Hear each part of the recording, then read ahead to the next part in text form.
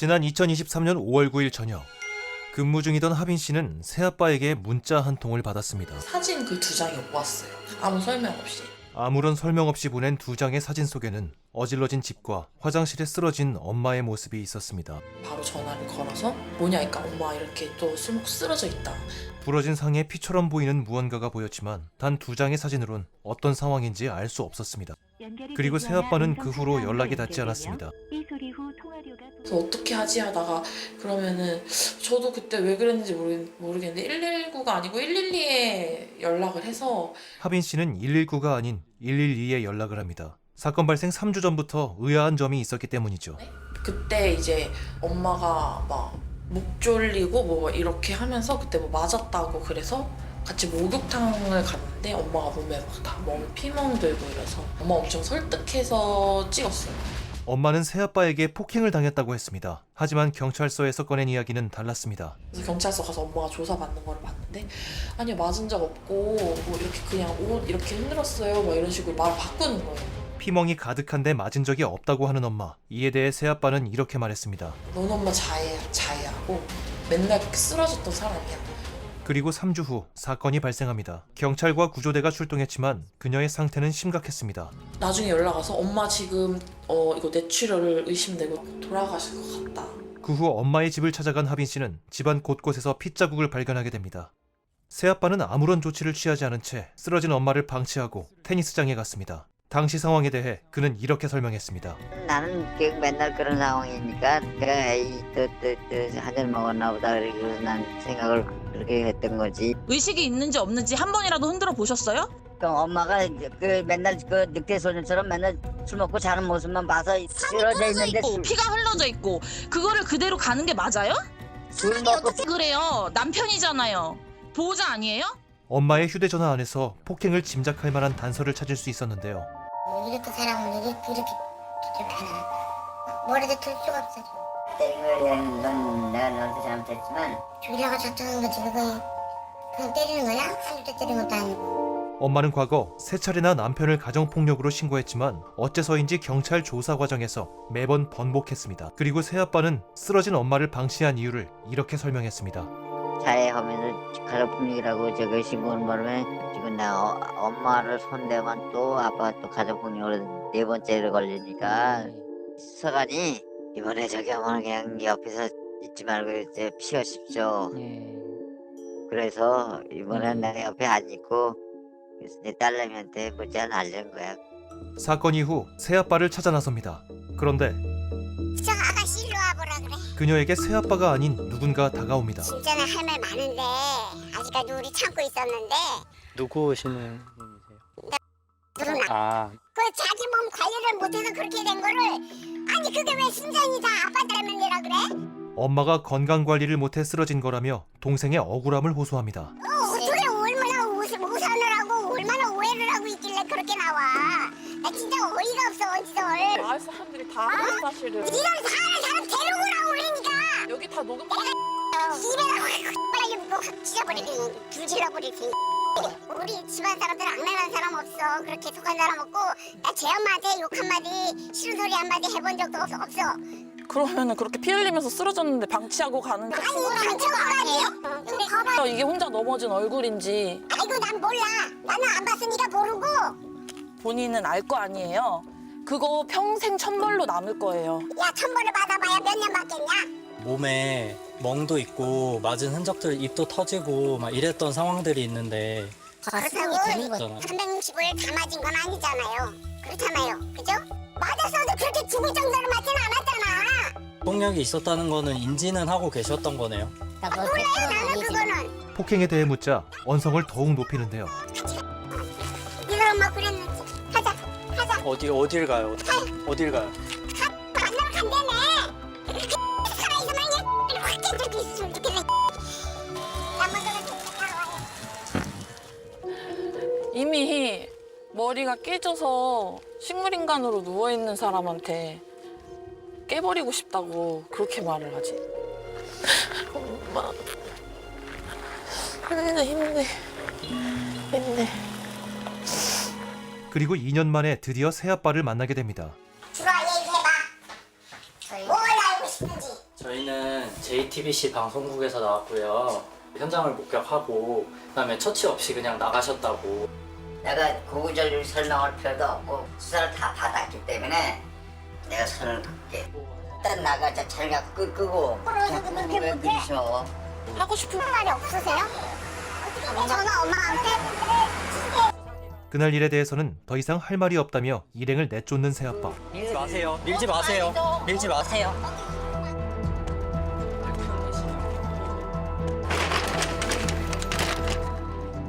그리고 뭐라고 얘기하나 그 대답에서 실마리를 좀 찾고 싶기도 하고 했는데 아, 나 어떡하지? 결국 그날의 진상에 대해선 아무것도 알아낼 수 없었습니다. 주변 사람들이 그래요. 엄마가 너무 억울해서 눈을 못 감는 것 같다고.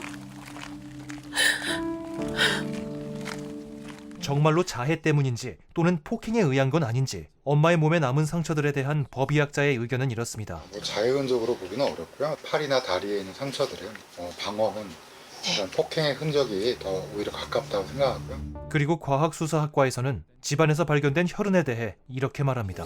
혈흔 안쪽에 하얀 색깔 기포 같은 게 있습니다. 이건 타액입니다. 그래서 호기혈흔이라고 하는 그런 혈흔으로 이제 추정이 됩니다. 누군가 때려서 벽에 튄 혈흔이 아닌 피를 토해낸 흔적이라는 것인데요. 손상의 가장 큰 진단명은 네. 경막하출혈이에요. 네. 급성 경막하출혈. 네. 누군가 이렇게 타격을 하거나 네. 그래서 생겼다기보다는 고정된 물체에 부딪혔을 때 생기는 거예요. 물론 그걸 누가 넘어뜨렸다든지 네. 누가 밀어서 했다든지 네. 이거는 뭐 사실은 요 기록만 갖고는 알 수 없지만 네. 다른 타인에 의한 폭행과 인과관계가 없는지를 네. 경찰에게 네. 좀 더 수사를 요청하는 게 더 좋을 것 같다. 하지만 당시 현장에 출동한 경찰의 기록에 의하면 범죄로 볼 수 있는 흔적이 없었다고 적혀 있습니다. 엄마, 내 말 들려요? 하빈 씨가 수사 요청을 했을 때는 이미 현장이 깨끗이 치워진 후였습니다. 모르겠어요. 엄마가 지금 이 상황을 알고 있을지 모를지 엄마는 말이 없으니까. 2023년 5월 1심 재판이 열렸습니다. 재판부는 엄마가 쓰러진 정확한 시간을 알 수 없고 새아빠가 엄마를 두고 나간 것이 현재의 상태에 이르게 한 원인이라고 볼 증거가 없다고 판단했습니다. 결국 유기 혐의만 인정돼 징역 1년 6개월의 집행유예가 선고됐습니다. 빨리 노력해가지고 깨어나요. 여기 일은 내가 다 알아서 할 테니까 그냥 우리한테 다 맡기고 빨리 건강하게 회복만 했으면 좋겠어요. 하빈 씨가 직장을 그만두고 엄마 곁을 지킨 지 2년이 흘렀고 이제 항소심 재판을 앞두고 있습니다. 최근 들어 우리 사회의 쓰레기집에서 살아가는 2030 청년들이 늘고 있습니다. 제작진이 찾아간 곳은 겉으로 보기엔 평범한 다세대 주택인데요. 계세요. 예, 안녕하세요. 안녕하세요. 들어가도 될까요? 네. 문이 열리자 당장이라도 쏟아질 듯 산더미처럼 쌓인 쓰레기 더미가 나타납니다. 발 디딜 틈이 없는 원룸의 상황에 당황스러워하는 제작진. 카메라를 설치하는 것조차 힘든 상황 속에서 아름 씨의 이야기를 듣습니다. 간단히 좀 소개 좀 부탁드릴게요. 저는 손을 빼시고 어떻게 소개를 해야 될지 모르겠어요. 이렇게 지내신 지는 얼마나 되신 거예요? 2, 3년 정도 된 건데 제가 20살 때부터 자취를 해도 계속 이 상황이 계속 반복되긴 했었어요. 봉지를 열어보니 대부분이 배달 음식을 먹고 남은 쓰레기와 일회용기들입니다. 주로 제일 좋아하는 음식은? 닭강정이에요. 거의 닭강정 위주로 먹어서요. 얘는 좀 오래된 것 같아요. 닭도 있다. 아마 여기는 좀 배달 음식으로 살아온 하루하루가 쓰레기에 벽을 쌓은 것인데요. 놀라운 건 이런 집이 하나둘이 아니라는 사실입니다. 최근 들어 쓰레기집에서 살아가는 2030 청년들이 늘고 있고 이들이 청소업체의 주 고객이 되었습니다. 한 달 평균 한 100에서 150건 정도. 2주간 의뢰 들어온 건 50명 이상 의뢰가 들어온 것 같아요. 10분 중에서 8분, 9분은 대부분 다 2030 세대 청년 쓰레기집이에요. 안녕하세요. 잠깐 들어가도 괜찮아요? 네. 올해 28살인 지연 씨의 집으로 찾아갔습니다. 신발을 신고 들어오세요. 신고요? 집 안에서도 신발을 신을 수밖에 없는 이유는 온통 물로 뒤덮인 바닥 때문이었는데요. 여기 천장은 왜 그래요? 아마 위층에서 뭐가 수도가 잘못된 것 같은데 물이 조금씩 새서니 좀 내려앉더라고요. 한 2개월 정도 됐어요. 오늘 왜 안 고치? 집이 이 모양이라서 사람 부르기가 좀... 그래도 분리수거를 시도했던 흔적이 보입니다. 그 사이에서 유독 에너지 드링크가 눈에 띄는데요. 왜 이렇게 많아요? 에너지 드링크? 작업할 때 좀 많이 피곤하고 며칠 밤새고 이러면 자주 마시게 되더라고요. 28이고 지금 프리랜서로 일하고 있어요. 웹툰 어시스트 쪽으로. 지연 씨는 함께 사는 고양이 친구가 있습니다. 고양이가 막 쓰레기 떨어져 있는 거 주워먹거나 그럴 수도 있잖아요. 아, 먹지는 않아요.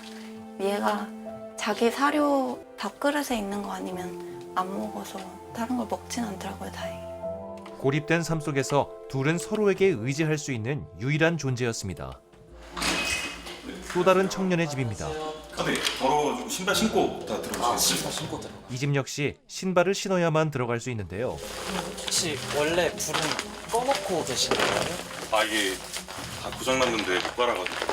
발 디딜 틈 없는 공간에서 가장 많은 자리를 차지하는 건 스티로폼 상자와 온라인 배송 상자였습니다. 온라인 배송 같은 경우는 주로 1인분이 아니라 좀 대량 배송으로만 그게 되다 보니까 대량으로 시키고 또 남고 썩히고 그렇게 계속 되는 것 같아요. 제작진은 힘겹게 쓰레기 사이를 비집고 냉장고에 다가가 봅니다. 근데 이게 열리긴 하나요? 앞에 거 치우고 하셔야 될 거예요. 막 끈적거려서 못 열고 이런 건 아닌데 그냥 앞에 걸려서 안 열리고 그럴 거라. 치우고 치워도 냉장고 문을 열 수 없는데요. 그 냉장고는 고장나서 아예 그냥 코드 뽑아놓은 지 한 1년 넘었어요. 1년? 네. 1년 넘게 방치된 냉장고 내부는 곰팡이와 구더기로 뒤덮여 있었습니다. 방치된 쓰레기 때문에 주방을 쓸 수 없어 배달로 끼니를 때우게 되고 배달을 시키면 쓰레기가 쌓이는 굴레가 반복됩니다. 주방은 아예 안 써요. 아니, 못 쓰죠, 거의.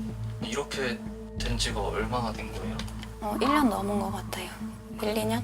집안에서 그나마 깨끗하다고 볼 수 있는 책상 위에서 식사를 하는데요. 사실 햄버거나 샌드위치 이런 종류가 먹기도 편하고 쓰레기도 많이 안 나오고 그래서. 집 안에서 편히 쉴 수 있는 유일한 쉼터는 침대입니다. 아마 제일 많이 하는 게 유튜브나 아니면 뭐 넷플릭스? 드라마 같은 거 제일 많이 보는 것 같아요. 다음 주에 뭐 나온다더라, 뭐 다음 달에 뭐 나온다더라, 그런 거 기다리는 재미로 사는 것 같아요. 세 사람의 공통점은 침대만이 집 안에서 편히 쉴 수 있는 유일한 쉼터라는 점입니다. 이들은 왜 쓰레기를 치우지 못하는 걸까요? 그냥 무기력함이 좀 더 큰 것 같아요. 해야지라는 거는 너무 잘 알고 있는데 그냥 그 사람들과 마주치는 거를 좋아하지 않아서. 지연 씨도 비슷합니다. 우울증 증상이 또 심해지면 이제 무기력한 것도 심해지고 이 상황들을 다 외면하려고 하고 그런 게 심해지다 보니까 정신 차려보면 이제 또 한 무더기 쌓여 있는데 그 한 무더기 쌓여 있는 걸 또 치우러 가긴 또 너무 힘든 거예요. 승환 씨 역시 누구에게도 털어놓지 못한 이야기가 있는데요. 18년도 여름에 대학교 성적이 문제가 많아서 지적을 당했고 그때부터 아마 동기들 모임에 나가면 요새 뭐하고 지내냐 아니면 뭐 요새 왜 학교에서 안 보이냐 이런 얘기 했을 때 솔직하게 제적당했다고 말할 용기도 없고 제적과 반복된 취업 실패 끝에 내린 결정은 스스로를 방 안에 가두는 것이었습니다. 대부분 부모님이 주신 생활비로 생활하고 있어요. 부모님은 모르세요. 그냥 제가 취준하고 있다는 것만 알고 계시고 이렇게 믿고 보내주는 것 자체가 사실 죄책감이 많이 들게 해요. 혹시 다른 분들 중에 아시는 분은 있어요? 없어요. 아마 두 분이 제일 잘하실 거예요. 여기. 옆집이랑 집주인? 아니요, 여기 두 분. 아 저요? 네, 이 집 상태 제일 잘하시는 분이. 지난 7년 동안 이 집을 방문한 유일한 사람은 제작진뿐이었습니다. 오늘 또 딱 생일이라 제가 만으로 딱 30살이 됐거든요. 그래서 나는 계속 이러고 있으니까 그게 제일 힘든 것 같아요. 뭔가 축하해주거나 했던 사람들 있어요? 생일 같은 거 축하 안 한 지가 너무 오래, 언제 했을지 기억도 안 나요. 군대 때가 마지막이었던 것 같은데 그냥 대부분 항상 혼자 보냈던 것 같아요. 승환 씨를 위해 제작진이 깜짝 선물을 준비합니다. 아이스크림? 이게 더 나을 수도 있겠다. 이걸로 가. 매년 홀로 보냈던 생일이 올해만큼은 기억되기를 바라는 마음에서였죠. 다름이 아니라 생일이라고 했잖아요. 네. 생일 케이크 가져왔어요. 제가 케이크 받는 게 진짜 몇 년 만이라서. 그래요? 이거 여기요. 진짜 감사합니다. 생일 축하드립니다.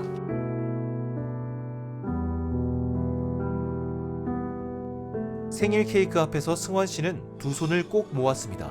진짜 다시 태어나고 싶은 그런 생각이 들었어요. 며칠 후 승환 씨는 용기를 내어 집을 나섭니다. 도착한 곳은 심리상담센터. 정확한 진단을 받기 위해서입니다. 꿈을 많이 꿔요. 잘 때 부모님이 집이 이런 걸 보게 되는 꿈. 엄마가 아버지가 이런 모습을 보면 어떨 것 같으세요? 처음에는 화내시겠지만 그래도 또 그냥 또 해결해 주시고 그래도 해결해주고 다시 또 믿어주실 것 같아요. 그냥 우리가 기대를 좀 덜 할게. 너무 부담 느끼지 마라. 괜찮아요. 승환 씨는 참아왔던 눈물을 쏟아냈습니다. 아직 늦은 게 아니었으니까 좋겠어요. 이분은 이제 스스로 어느 것들을 자기가 통제할 수 있는 그 통제 상실감을 이제 경험하는 거거든요. 그래서 이런 부분은 뭐냐면 정서적 마비 상태라고 그래요. 내가 이런 작은 것도 할 수 있는 사람이라는 자기 믿음이 굉장히 중요하거든요. 그 부분부터 시작을 해야 될 것 같아요. 며칠 후 안녕하세요. 안녕하세요. 세 사람의 집에 청소업체가 도착했습니다. 투입.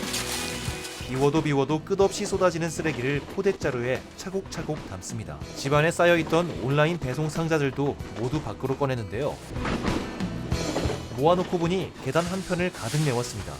쓰레기를 치우고 치워 드디어 드러난 바닥에는 음식물 찌꺼기들이 가득했는데요. 지금 현재 이 집에서 나온 쓰레기 양은 1톤 트럭 기준으로 한 대 가득 좀 발생을 했고요. 모두 배출을 완료했습니다. 1톤 트럭을 가득 채운 쓰레기는 집을 떠나고 세 사람은 기대에 찬 표정으로 각자의 집으로 돌아옵니다.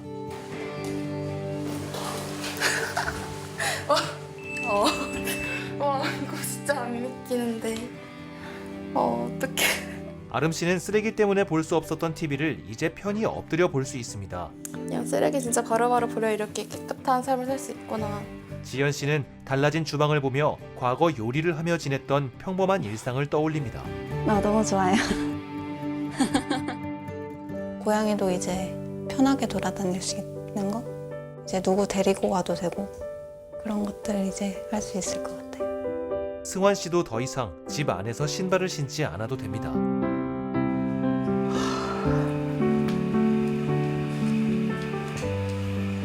진짜 너무 감사합니다. 제 소원이 하나 누워보는 거였는데 진짜 한 번만 누워볼게요.